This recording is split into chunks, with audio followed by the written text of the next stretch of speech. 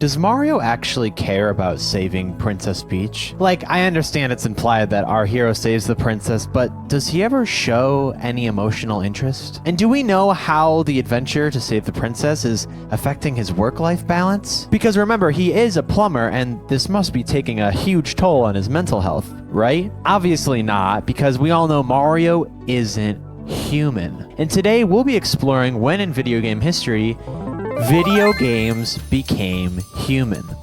What do I mean by games being human? Realistic scenarios that appeal towards human nature, struggle, love, letting go, the undefined power of the human spirit, like that kind of shit, is what I would define as a game having humanistic traits. The Last of Us is very human. I literally had to skip over the end of the intro scene because it's so emotional and, you know, I don't want to cry at 2 in the afternoon, but let this game, The Walking Dead, Argo, be definitive games that are most definitely relatable to our lives. The Super Mario franchise is a great example of games that are not human. We all intrinsically know that, Mario doesn't have any emotions. There's no cutscenes 75% of the way through any Mario game where he's beaten down and depressed and he thinks, oh my god, maybe I'll never find the that shit doesn't happen. It's World 1 to World 8 every game. We know the formula. 2 other definitions that I don't classify as being human. Fantasy games.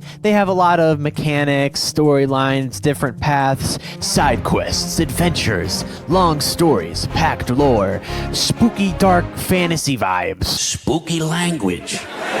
Spooky language. Just because a game is packed with story, mechanics, enemy, stuff, it doesn't mean it necessarily connects with the human experience. And the other term being nostalgia. Games that make us feel those human connections, but only because it has vibes. Like the opening to Pokémon Emerald is very satisfying for me. It makes me feel like a kid again, going on that very first adventure. But the only reason I make that connection is, vibes, and has nothing to do with the story or gameplay. So let's start with 2 games that obviously can't be human. Tennis for Two came out in 1958, and it is technically the first video game ever. It's just tennis. There's nothing really to say for this. The Magnavox ODYSSEY was released in 1972, and it was the first at-home console ever released. Except it was just 2 dots on a screen, you had to manually overlay shit onto your TV screen, and you can basically do whatever you want because you're not held back by, shit that isn't actually in the video game. If you want to see a more in-depth breakdown of the Magnavox ODYSSEY, AVGN does a beautiful... No, but don't click out. Don't click out, though. I was just... Yeah, so that was stupid, but it goes with my point that when video games were first being released, there was no story. It was purely just beep boop, save the princess, do the mechanic thing. So with that out of the way, let's go into our real first game. I'd like to compare 4 games in the Legend of Zelda series. The very first one on NES, Ocarina of Time and Majora's Mask, and Tears of a Kingdom and Breath of the Wild. That's 5, my bad. When the first Zelda game came to consoles in 1986, games were still mainly objective, as we reviewed before. There was very little room, and I mean like literally physically room, to add any emotions or story to gameplay. Some companies would even release pretty much any old garbage game with the brand name on it just to make some money. So the first Legend of Zelda is not going to be the most human game, obviously. Sure, it's got the fantasy aspect, you're dropped into a world and told to go save the princess, but there's no backstory, no sense of self or direction, unless maybe you read the booklet, but that's not part of the actual gameplay, and we'll get into all that later. Think about it. No cutscenes, no flashbacks, enemies with very little to no lore or background. Like, even look at Link's face when he drops into the world, when he defeats a dragon, when you beat Ganon and save the princess. There's no screen where he's just even like, woohoo! Again, it doesn't degrade the game that it doesn't connect to the human experience, but we're clearly still in a time period where human games just aren't being made. Or are they? We'll get to it later. Either way, I'm just saying, like, maybe a little more of something after defeating an endlessly reincarnating porcupine demon? Something, maybe? But jumping forward to Ocarina of Time. Oh shit. Now that we can fit 64 times the amount of storage, we have nightmares, a child friend that you have to leave behind, the death of a spiritual guardian and parental figure, all within the first hour of gameplay. Holy crap, Lois. Whoa, whoa, whoa, whoa, whoa, whoa, whoa, whoa, whoa, whoa, whoa, whoa. Lois, this is not Fallout New Vegas. Another great human moment in this game is when Link pulls the Master Sword and jumps 7 years into the future. You have to go back to the town that was once jolly and synonym for jolly. That same town is now a wasteland, and you can't go back to the same cheerful village it once was. You can't even use the items from childhood. That mechanic alone is super connecting to us. We all have items and things that we can't do from childhood that we probably wish we could still do now. Yes, Link still has a blank face in this one, but the silence seems more meaningful, more remembrance of Zelda's disappearance and the fall of Hyrule. So clearly we see the moving on, the emotions, the grief and fear, the fourth thing, much better than the do.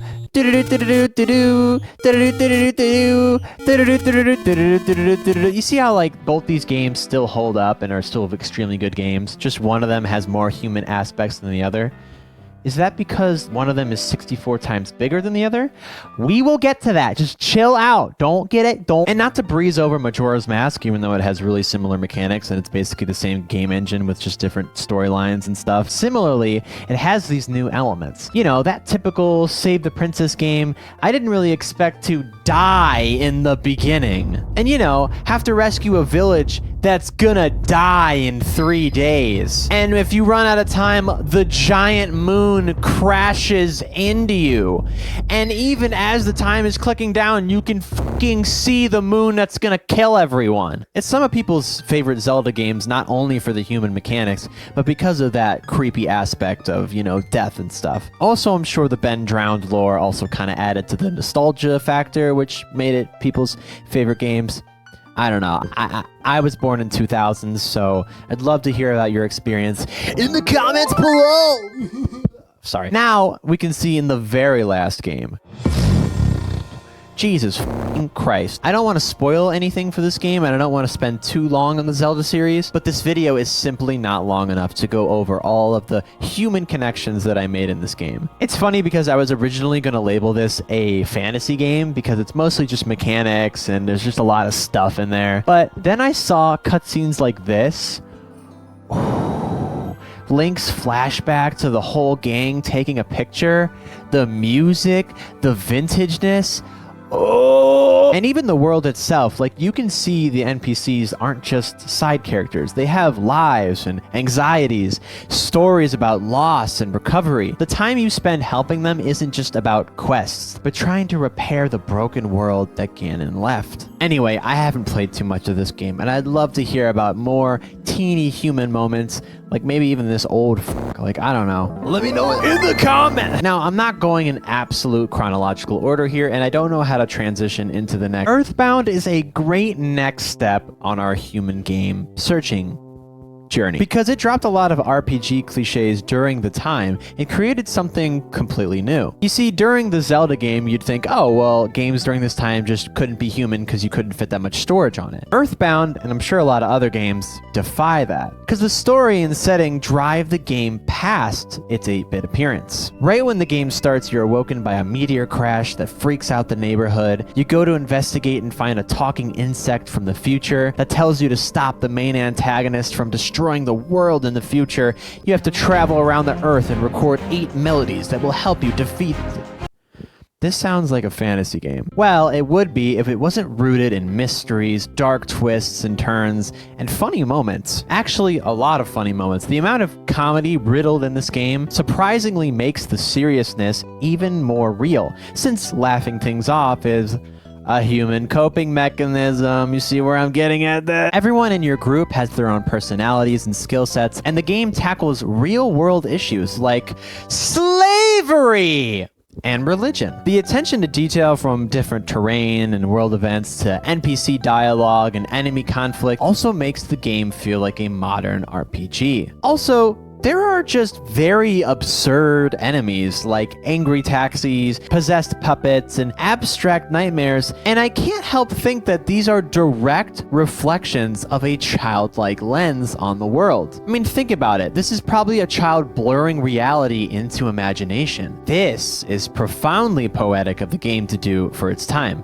Metaphorical enemies through the myopic lens of a child. I was just trying to save the world and beat the game and go home, but now you're making me feel things. All right, relax. And even though the game was released in 1994 and the predecessor Mother, basically an earlier, more difficult, more 8-bittier version of the game, came out all the way back in 1989, it shared some of the characteristics of the second one, and it proves that even back then, games could be human games. With that being said, let's go over one of the most popular RPG series that isn't that human.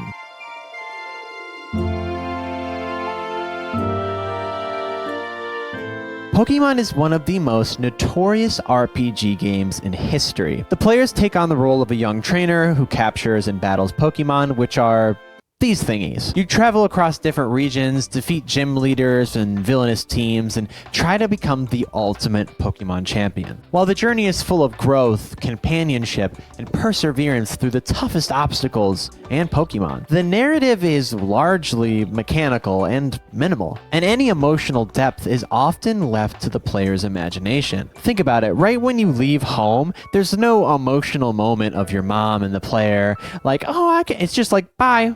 Have fun. Like, come on, Mom. I'm gonna leave for like 9 months and traverse like huge fucking territories and caves and do all this dangerous shit. You don't even care? You don't even care? That's why I don't fucking call him. And your character never talks, never questions anything. Like, why are we enslaving creatures and making them fight solely for our entertainment? Never mourning the loss of a battle or the fall of a Pokemon. You can catch 200 creatures, throw them in a digital box, and just let them rot forever. Michael, don't leave me here. Michael. The bonds you make with Pokemon are completely mechanical.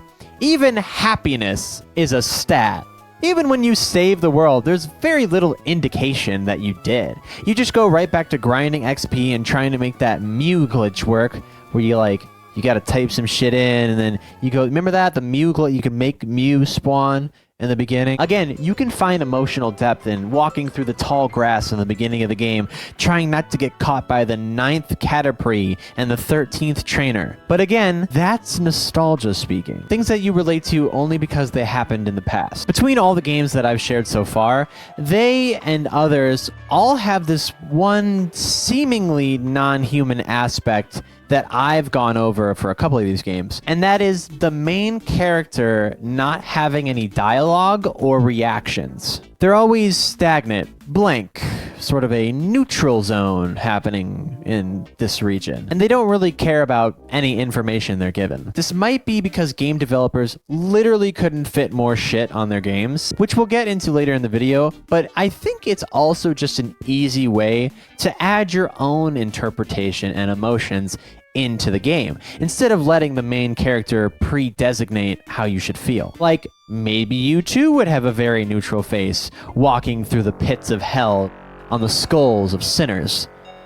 I don't know you. Maybe you'd be terrified getting ready for battle with one of the most powerful gym leaders. And not only does this concept give game developers a break, but it allows us to fill the shoes of the protagonist. I don't know, just a small detail that I couldn't decide if it was human or not. And it's also present in a lot of modern games too, so I just figured I'd throw that out there. So remember that thing I said we'd talk about later? But we're clearly still in a time period where human games just aren't being made. Or are, we'll get to it later. Yeah, so in the 1990s, you couldn't fit 900 gigabytes of storage on one game. So you could argue that creators were limited. They didn't have access to videos, to voice acting, full-res music, cinematic camera angles. I'm not saying old games didn't have these moments, but most of the time they were avoided due to space issues. Even practically every NES, SNES, and similar console games had pamphlets that would come with the games. Then could you learn about the game's lore and start making those connections. I'm not sure if or if not this adds to the humanness of the games, because on one hand, it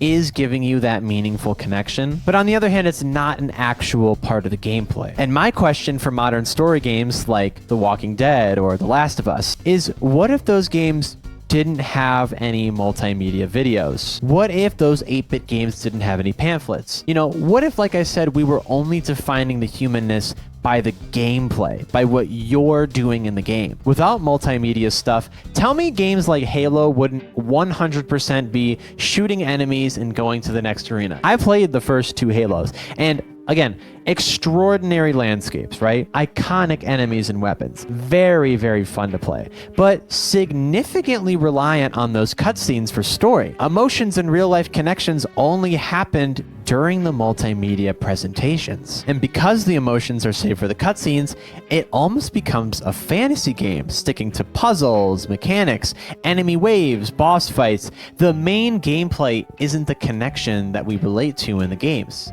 It's the cinema. Even games like Outer Worlds are one of the most prolific games of the modern gaming time. Endless amount of people say how touched they were by the story, and you can only play it once because of how loving it is. It's all reading material. It's puzzles and reading material. It's good. It's good. It's good. It's good. Okay? It's good. I'll put the human sticker on it. But tell me it's not at least 75% reading and pretty much all puzzles. And yes, I did get stuck playing it, and so maybe I'm talking a little trash on that game. So let's just we won't talk about that one. So what does this mean? Does this mean that the bigger the game size, the more videos that we have in the games, the more stuff that is making me fucking cry, the more reliant we are on story, the deeper the connection we have with it? Well, let's get into the game that started the idea for this video. And it was made on a cartridge that can only fit this much storage.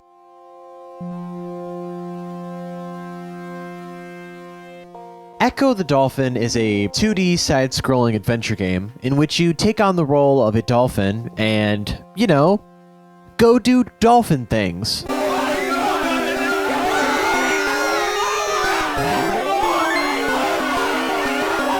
The only thing I'm going to go over in this game is this. The very first thing you see when hitting start. There's no main menu, there's no play button, there's no opening cutscene, there's no reading material unless you read the packet. But in this opening level, when you hit start on your console, you are dropped into an open water that you can just swim around in. It isn't a 4K resolution cutscene, it's just you and the open sea. Maybe I'm just letting the low resolution nostalgia backroom feelings get to me, but there's something so freeing about starting up the console and just having this scene. And so just by playing the opening cutscene, I couldn't help but think about all the struggles dolphins must go through because we, like, you know, kill them, pollute the ocean, cause global warming. And just having this dolphin, like, swim around in the sea and just be, like, with its friends and just have, like, no responsibilities. You gotta admit, you kind of connect with the dolphin. Just from one living thing to another living thing. That might not be a luxurious storyline and cutscene, but it proves games of any caliber can be human. Or you didn't see it like that, just swam right and skipped this scene completely and didn't even think twice about it. Probably the same people that skipped the cutscenes for Halo. Alright, well that's my video about humanness in video games. Let me know if I was spot on or absolutely fucking incorrect. And I have nothing else to say to you.